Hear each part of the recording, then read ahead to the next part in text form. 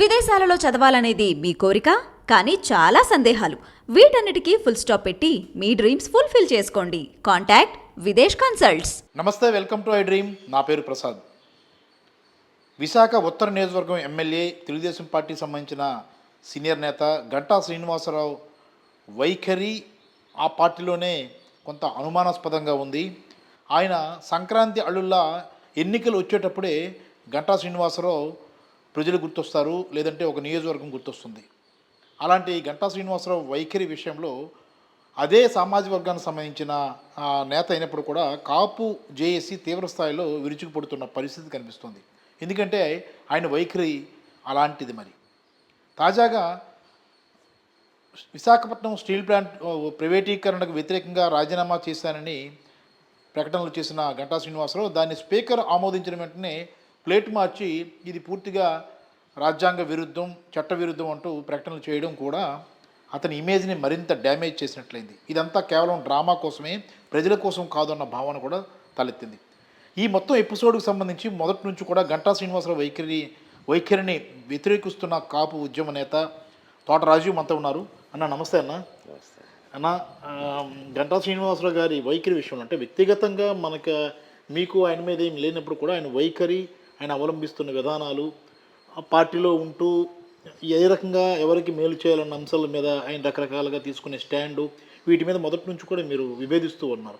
ఇప్పుడు తాజాగా steel plant ఎపిసోడ్లో గంటా గారి వైఖరిని మీరు ఏ రకంగా చూస్తారు? ఇది ఒక కుట్ర రాజకీయం ఈరోజు విశాఖపట్నంలో బాగా ఇతరులు కూడా చేరుతుంది. సో ఇప్పుడు ఏంటంటే విశాఖపట్నం నగరం గురించి ఏదో బాధపడిపోయినట్టు, విశాఖపట్నం తల్లికి అన్యాయం జరిగింది ఒక స్టేట్మెంటు. ఈరోజు విశాఖపట్నం గురించి మనం ఆలోచించినట్టయితే అతను మంత్రివర్గంలో ఉన్నప్పుడు ఆ రోజు బీజేపీ ప్రభుత్వం కేంద్రంలో ఉంది. అవును. అప్పుడు మీ ఇద్దరు కలిసే వెళ్ళారు ఎలక్షన్స్కి. అవును. అంత అనుకూలమైన సమయంలో కూడా మాకు గన్లు కేటాయించమని ఎప్పుడన్నా అడిగారా? ఇక్కడ వారు మంత్రివర్గంలో ఉన్నారు. అవును. ఇక్కడ ప్రభుత్వాల కన్నా విశాఖపట్నంలో ఉన్న రాజకీయ నాయకుల చిత్తశుద్ధి గురించి మనం ఇవాళ ప్రశ్నించాల్సి వస్తుంది. అందుకనే విశాఖపట్నం నవనిర్మాణ సమితి అని చెప్పి ఇది 2017లో మొదలుపెట్టిన ఒక ఆర్గనైజేషన్. ఆనాటి 2015లో మొదలుపెట్టిన ఆర్గనైజేషన్, 2013-15. సో అప్పటి నుంచి కూడా మా ముఖ్య లక్ష్యం ఏంటంటే మా విశాఖపట్నానికి చాలా వనరులు ఉన్నాయి. ఇప్పుడు self revenue generation, self employment create చేసుకున్నంత వనరులు ఉన్నాయి మా దగ్గర. దాన్ని ఎందుకు ఎక్స్ప్లోర్ చేయరు? ఈరోజు మనం చూసినట్టయితే మనకి విశాఖపట్నం నగరంలో ఈరోజు మీకు టూరిజం డెవలప్ చేస్తానికి విశాఖపట్నం, ఉమ్మడి విశాఖపట్నం డిస్ట్రిక్ట్తో పాటు ఈస్ట్ గోదావరి, వెస్ట్ గోదావరి కలిపి చేస్తే ఒకేపు కేరళకు ఉన్న అందాలు, ఈ టైప్ ఏమో మన హిల్ స్టేషన్స్కి కావాల్సిన అందాలు, బొర్రా కేవ్స్ అనే ఫేమస్ ఒక ఆర్కియాలజీలోనే ఒక మంచి ప్రదేశం అది. దాన్ని ఎక్స్ప్లోర్ చేస్తూ అక్కడ వసతులు క్రియేట్ చేస్తే టూరిజం నుంచి చాలా రెవెన్యూ మన వాళ్ళ తీసుకురావచ్చు. చిన్న చిన్న ఇన్ఫ్రాస్ట్రక్చర్. అలాగే మీరు గమనించినట్టయితే ఈరోజు చుట్టుపక్కల స్టేట్స్ ఒరిస్సా, బెంగాల్ అంత డెవలప్ కాలేకపోవటం వల్ల ఈరోజు మెడికల్ ఫెసిలిటీస్కి వైజాగ్ని డిపెండ్ అవుతుంది అది. సో దీన్ని ఒక మెడికల్ హబ్ కింద కూడా డెవలప్ చేయొచ్చు. మరి మనకున్న బ్యూటిఫుల్ అందాలు, ఈ సీషోర్ కానీ, ఆ హిల్ స్టేషన్స్, హిలాక్స్ కానీ, ఇప్పుడు ఎవరైనా ఐటీ ఇండస్ట్రీ లాంటి వాళ్ళకి ఒక కాస్మోపాలిటన్ సిటీ కడటానికి ఇది చాలా ఉపయోగపడే ఒక నగరం. ఈ నగరంలో మీరు చేయాల్సిన పనులు అవుతే ఒక సెల్ఫ్ రెవెన్యూ ఇంకా అనేకం చెప్తాం, ఇవన్నీ కూడా బ్లూ ప్రింట్గా ప్రజల అభిప్రాయం, ఇంకా పెద్దలు ఇంటలెక్చువల్స్తో కూర్చుని దీనికి ఫైనల్ రూపం నా మదిలోతే ఉంది. ఇక్కడ ఉంది, ఇక్కడ ఉంది. కానీ ఒక పెద్దలకు కూడా మనం గౌరవించుకుని వాళ్ళతో కూడా చర్చించుకుని ప్రొఫెసర్స్ ఉన్నారు, అందరూ ఉన్నారు. అంటే నేను చాలా వరకు ఈరోజు చాలా ఇన్ఫర్మేషన్ అలాంటి పెద్దల దగ్గర నుంచే సేకరించాను. ఇలాంతా తీసి చేస్తాం. అవి మానేసి విశాఖ తల్లి మీద ప్రేమ అంటాడు. విశాఖ తల్లి మీద ప్రేమ అవుతే నువ్వు ఆ రోజు గన్లు ఎందుకు తేలేదు? సరే విశాఖ తల్లి వేరు కాదు, నార్త్ తల్లి వేరా అని చెప్పు. మరి నార్త్ తల్లి మీద నీకు ప్రేమ ఏమైంది? నిన్ను గెలిపించి ఈరోజు నీకు పరపతి ఇస్తే నువ్వు అటేపు తొంగి కూడా చూడవు. నువ్వు విశాఖపట్నం తల్లి మీద ప్రేమ అంటే ఎవరు నమ్ముతారండి? ఇది కేవలం ఒక బుట్టకం. ఆ రోజు ఆయనకి అధికారం లేకపోతే 5 నిమిషాలు నిలవడు. ఆయనకి అధికారం కావాలని చెప్పి ఎప్పుడూ కూడా నిరంతరం మరి చూడండి ఎన్నో పార్టీలని చంపేశాడు ఆయన. ఆ రోజు ప్రజారాజ్యం పార్టీని చంపేస్తానికి మూల కారకుడు ఇతనే. ఒక మంచి వ్యక్తి, సాఫ్ట్ వ్యక్తిని మొత్తం రాజకీయాలు వద్దురా బాబు అని బయటికి పంపించేసిన వ్యక్తి కూడా ఇతనే. ఆ రోజు మాలాంటి శ్రమించిన వాళ్ళందరికీ కూడా రోడ్డు మీద పడిపోతే మళ్ళీ ఆ పార్టీ ఈ పార్టీకి ఏదో చేరి మేము చేస్తున్నాం అంటే మేము కష్టపడేది మేము మాలాంటి వాళ్ళం. తర్వాత వచ్చి నీ కుట్ర రాజకీయాలతోటి ఈరోజు అది ఎలా వ్యాపించిందంటే ఇతను చూసి ఇదేదో బాగుందని ప్రతి ఒక్కడికి ఎవరికి నియోజకవర్గం లేదు, అందరూ జాతి నాయకులు అయిపోయారు మా విశాఖపట్నంలో. ఏ నియోజకవర్గాన్ని గెలిచేస్తారు? ఏంటి ఏ నియోజకవర్గాన్ని గెలిచేస్తారు? సరే, ఇక్కడ 2 ఉద్దేశాలు మాయి. ఒకటి గంటా శ్రీనివాస్ లాంటి, అంటే ఆయనకి మనం ర్యాంకింగ్ పెడితే భ్రష్టు రాజకీయ నాయకుడు, ద మోస్ట్ స్కామ్ రాజకీయ నాయకుడు, లాబీ ఎన్నిట్లో అన్నా ఫస్ట్ ర్యాంక్ అతనికే వస్తుంది. కాబట్టి అలాంటి ఒక భ్రష్టు రాజకీయ నాయకుడిని ఇవాళ మనం గుణపాఠం చెప్తే రేపు పొద్దున అలాంటి పని చేస్తానికి ఇతరులు కూడా భయపడాలనేది నా ఒక ముఖ్య లక్ష్యం. ఎస్, అంటే గంటా శ్రీనివాసరావు బయటికి కనిపించేది ఒకటి, లోపల చేసేది ఒకటనే భావనతో మీరున్నారా? అంటే జనరల్గా ఆయన చూసినప్పుడు ఆయన సమర్థగల నాయకత్వ లక్షణాలు ఉన్నాయి, ఆయన ఎక్కడి నుంచైనా గెలుస్తారు, ఆయన ఎక్కడ నిలబడినా గెలుపు తథ్యం అన్న ప్రచారం అయితే జరుగుతూ ఉంటుంది. ఏంటి దీని వెనక అసలు నిజంగా అంత ఉందా? అసలు మాలాంటి వాళ్ళు నీతిగా, నిజాయితీగా, నిబద్ధతతో ఒక మాటకి కట్టుబడి ఉండే వ్యక్తులం కాబట్టి ఇలాంటి దరిద్రపు వేషాలు మేము వేయలేం. ఇతను ఎక్కడికక్కడే ఇతనుకున్నది ఏముంది, కొత్త నియోజకవర్గంలోకి వెళ్తే ఇతను ఎవరికన్నా క్యాడర్ ఎలాగ వచ్చేస్తుంది చెప్పండి? అదే నెల రోజుల ముందు క్యాడర్ ఎలాగ వచ్చేస్తుంది? ఇతను తయారు చేసుకుంటాడు. ఈ నియోజకవర్గంలో ఎవరికి పరపతి ఉంది, ఎవరికి మంచి పేరు ఉంది, ఎవరు చెప్తే కదులుతారు జనాలన్నీ చూసి వాళ్ళని ఎన్నో మాయలు చేసి మగ్గిపెట్టి మేము అలా తప్పు చేసాం కదా గతంలో. ఈరోజు నాకు తిట్టే హక్కు కానీ అతను నిలదీర్చే హక్కు కానీ నాకు ఎక్కడి నుంచి వచ్చిందంటే నేను అతను గెలిపించాను. మాయ మాటలు అవ్వచ్చు, నేను మానవుడినే, నేను మోసపోయాను. ఈరోజు ఆయన గెలిపించిన పాపానికి నాకు దరిద్రం అంటుకుంది. అది శాపం కింద మారకుండా నేను అతన్ని అలాంటి కుట్ర రాజకీయ నాయకుల్ని వాళ్ళు తోలివేయాలని ఈరోజు నేను ప్రజలకు మాట ఇచ్చాను. మనకి ఇక్కడ ఉన్న స్థానిక సంస్థలో ఆయన వస్తే ఒక అనుభవమైన వ్యక్తి అని నేను నమ్మాను.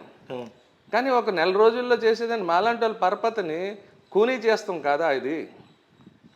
లేకపోగా ఆయనకు కొన్ని బండారాలు మామితో మేము ప్రశ్నించకుండా ఆయనే మమ్మల్ని తొక్కేశారు. నా ఇష్యూలో అతనికి సాధ్యం కాలేకపోయింది. కానీ ఇలాగా కుట్ర రాజకీయాలు పొద్దున్న లెగుస్తే కుట్ర కుట్ర కుట్ర. మీరు చెప్పారు అనేక పదాలు గెలిచాడు, మంత్రివర్గం చేశాడు, ఇవన్నీ ఏం చేశాడు చెప్పండి? ఏ నియోజకవర్గం అభివృద్ధి చేశాడు? అతను మంత్రివర్గంలో ఒక ఎడ్యుకేషన్ మినిస్టర్ ఉన్నప్పుడు ఏ యూనివర్సిటీ తీసుకొచ్చాడు, ఏ కొత్త సంస్థలు తీసుకొచ్చాడు, మెరుగైన విద్యని ఏ రోజన్నా తీసుకొచ్చే ప్రయత్నం చేశాడా? ఒక కొత్త కోర్సెస్ ఈరోజు చాలా ఆధునికంగా పరిగెడుతున్న రోజులు. దీనికి ఆర్టిఫిషియల్ ఇంటెలిజెన్స్ అని చెప్పి, డేటా ఇదని చెప్పి రకరకాల కోర్సులు వచ్చినాయి. ఏ కొత్త కోర్సులు ఇతను ఇంట్రడ్యూస్ చేశాడు? ఏ కొత్త యూనివర్సిటీ తీసుకొచ్చాడు? ఏ కొత్త సంస్థ తీసుకొచ్చాడు? ఇప్పుడు ఏ అన్నా పెద్ద సంస్థలు ఈరోజు ఒకప్పుడు ఆంధ్ర యూనివర్సిటీకి మంచి పేరు ఉండేది. పోగా ఆ యూనివర్సిటీని మొత్తం ఏ ఫెసిలిటీస్ ఇవ్వకుండా, అక్కడ ఏ కోర్సెస్ రాకుండా, ఏ అధికరణ చేయకుండా, ఇన్ఫ్రాస్ట్రక్చర్ అనేది ఈ రోజుల్లో చాలా ఇంపార్టెంట్. మన ఇన్ఫ్రాస్ట్రక్చర్ క్రియేట్ చేస్తే ఇన్ఫ్రాస్ట్రక్చర్ మనకు రెవెన్యూ క్రియేట్ చేస్తుంది. ఏది ఈయన దగ్గర చేసాడంటే ఏం చేశాడు చెప్పానండి? కాకుండా అతని కుటుంబ సభ్యులు మొత్తం కలిపి స్కాములు చేశారు, అవినీతి చేశారు. పోస్టింగ్లు అని చెప్పి, ట్రాన్స్ఫర్లు అని చెప్పి పాపం ఈ చిన్న కుటుంబాల దగ్గర నుంచి అప్పులు తీసుకొచ్చి వాళ్ళ పాపం వీళ్ళు ఇస్తే, పోన్లే డబ్బు తీసుకున్నందుకు ఏదో మేలు చేశాడు, పోన్లే సంపాదించుకున్నాడులే అని వదిలేద్దామంటే వాళ్ళు రోడ్డు మీద పడేసాడే. ఆ తెచ్చుకున్న అప్పులకి వడ్డీలు కట్టుకుని చేస్తున్నారు వాళ్ళు. అవును. ఈరోజు నేను గంటా శ్రీనివాసరావు గురించి మాట్లాడుతున్నాను కాబట్టి అనేక మంది ప్రజలు ఈరోజు నా దగ్గరికి వచ్చి అయ్యా మా బాధ ఇదయ్యా మీరన్నా ఏమైనా చేస్తారేమో అని వస్తున్నారు కాబట్టి నాకు ఇన్ని డీటెయిల్స్ ఉన్నాయి నా దగ్గర. ఈరోజు సిట్ కేసులో అతని పేరు ఉంది. అవును. దాన్ని ఎందుకు వేయాలంటే ఇదే మాయ.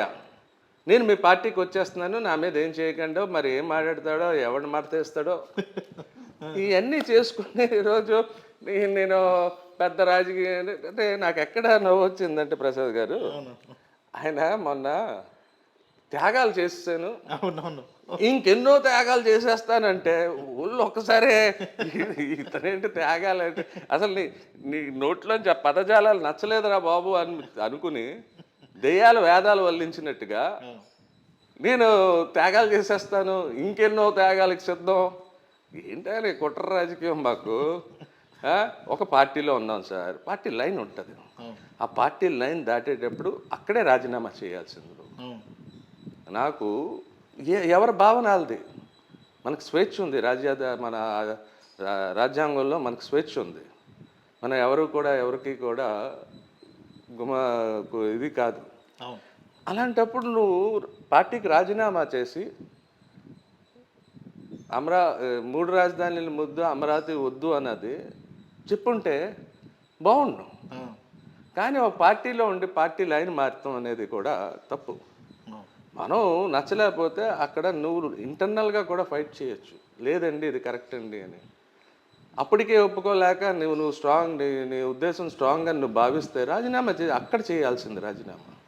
ఇప్పుడు మళ్ళీ గంటా శ్రీనివాసరావు గారు మళ్ళీ ఇప్పుడు కొత్త నియోజకవర్గం కోసం ఎదుగుకుంటున్నారు. ఉత్తర నియోజకవర్గం అయిపోయింది, ఇప్పుడు కొత్త నియోజకవర్గం కోసం ఎదుగుతున్నారు. అంటే ఆ కొత్త నియోజకవర్గం ప్రజలు నిజంగా గంటాను నమ్మే పరిస్థితి ఉంటుందండి? ప్రసాద్ గారు, ఇక్కడే నేను మాట చెప్పదలుచుకున్నాను.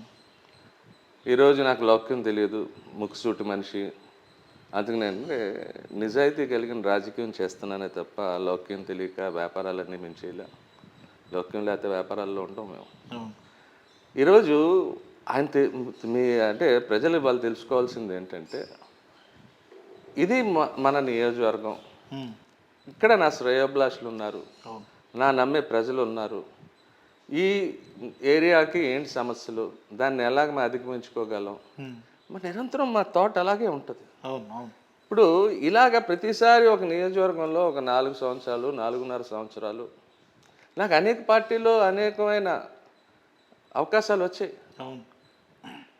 అయినా ఇది ముందు కొంచెం చెప్పాను. అలాగా అవకాశాలని కాలు రాసుకున్నామో మాకు తెలియదు, ఒక చిత్తశుద్ధి కలిగిన రాజకీయం చేసామో మాకు అర్థం కాలేదు. కానీ ఇలాగ వెళ్ళిపోవాలంటే బోలు ఉన్నాయి. కానీ ఏంటి అసలు ప్రజలు కూడా ఈరోజు ఆలోచించాలి, రాజకీయ పార్టీలు కూడా ఆలోచించాలి. ఒక ప్రదేశంలో ఒకడు పాపం ఆస్తులు అమ్ముకొని, ఇల్లులు అమ్ముకొని, పొలాలు అమ్ముకొని, పార్టీ ఇచ్చిన మాట మీద అతను ఏదో కష్టపడతాడు, అతని స్థాయిలో అతను కష్టపడతాడు.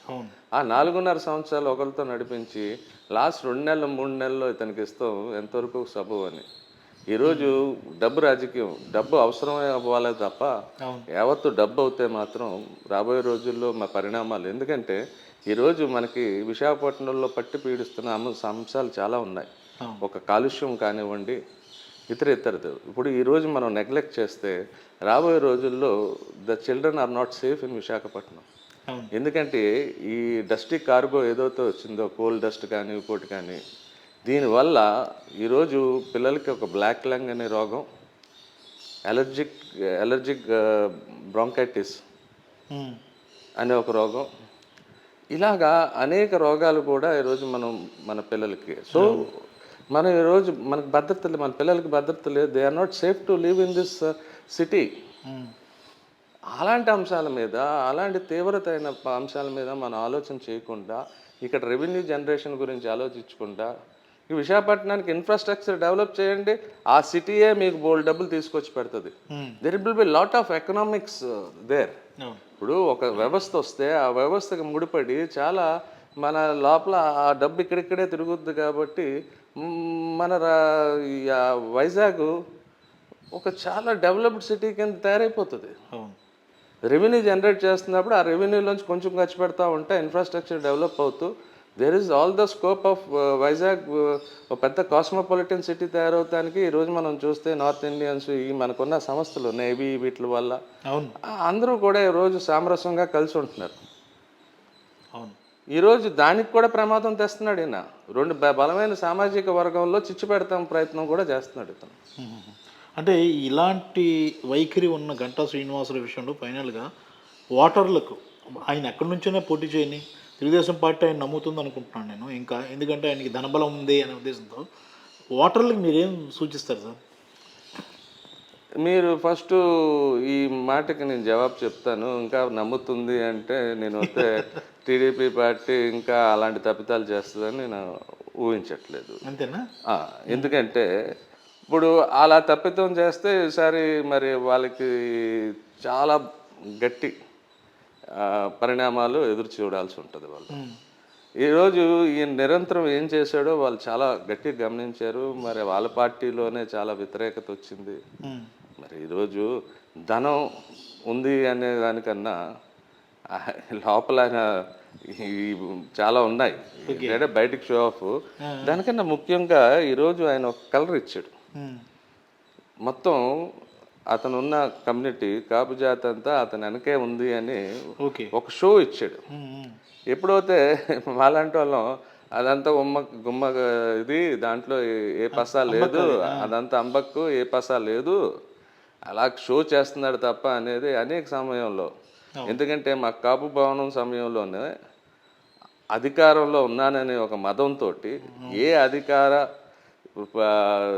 ఈ లేకుండా అనుమతులు లేకుండా శంకుస్థాపన చేశాడు కాపు భవన్కి. మళ్ళీ నోరు మూసి కూర్చోకుండా బయటకు వచ్చాడు. నేను తెచ్చిన దాన్ని కూడా కాలు రాస్తున్నారు అన్నట్టు. ఇతను ప్రొటెక్టర్ విత్ ఆల్ డిస్ట్రాయర్ లాగా ఒక చిన్న గేమ్ ఆడబోయాడు.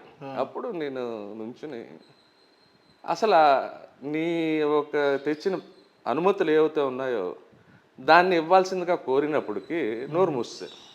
అయితే సోషల్ మీడియాలో 2 రోజులు చాలా రచ్చ నచ్చింది. అందరినీ డిస్టర్బ్ చేసాడు. రోడ్లు ఎక్కేమంటున్నాడు. గొట్లాట్లకి సిద్ధం అనుకున్నాడు. ఎవడన్నా వెళ్ళి తన్నులు తింటే ఎవడండి తీసుకొచ్చేది పాప అలాంటి యువకుల్ని. జాతి ఏదో ఉంటే రెచ్చగొట్టినప్పుడు రెచ్చగొట్టేస్తారు. తర్వాత పరిణామాల్లో వీళ్ళు తప్పించుకుని తిరుగుతారు. అందుకని వాళ్ళందరినీ తీసుకొని కూర్చోబెట్టి ఎక్స్ప్లెయిన్ చేసి అసలు ఏ పర్మిషన్స్ లేవు అంటే అప్పుడు ప్రెస్ మీట్ పెట్టి ఇదిగో జాతి ద్రోహి అని నిరూపించాం. మళ్ళీ ఒకసారి 420 గాల్ని అందరినీ తీసుకొచ్చి ఒక పెద్ద కుట్ర విశాఖపట్నంలో ఏంటంటే ఒక 2 లక్షల మందితోటి బహిరంగ సభ. మీ అందరికి తెలుసు 700 మంది కూడా రాలా ఒక పిలుపు మీద. అంటే అది తోట రాజీవ్ నాయకత్వమా లేకపోతే గంటా శ్రీనివాసరావుకి ఉన్న మచ్చ? All the while I was doing nothing but to expose him. అంటే అతని వైఖరి ఏదైతే వెనక నుంచి నడిపిస్తుంది ఆ కుట్రని నేను ముందు పెడుతున్నానే తప్ప దీంట్లో నా పెద్ద నాయకత్వం ఏం లేదు.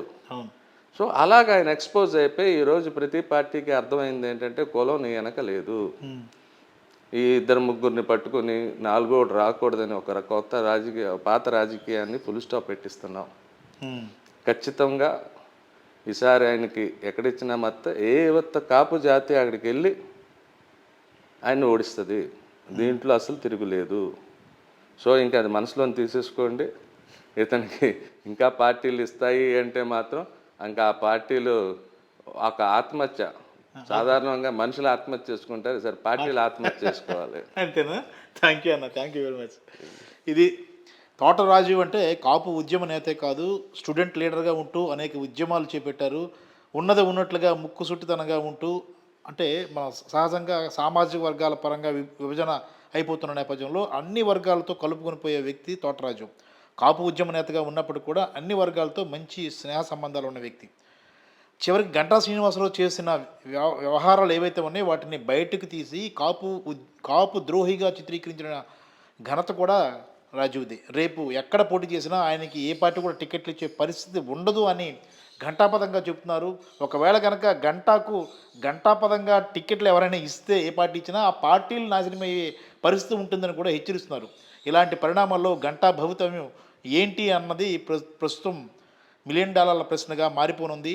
మరి ఎక్కడి నుంచి గంటా పోటీ చేస్తారు? ఈ త్యాగాల ప్రభావం గంటా పైన ఉంటుందా లేదా అన్నది కాలమే నిర్ణయించాలి. కెమెరామెన్ మూర్తితో Prasad, I dream media, Visakhapatnam.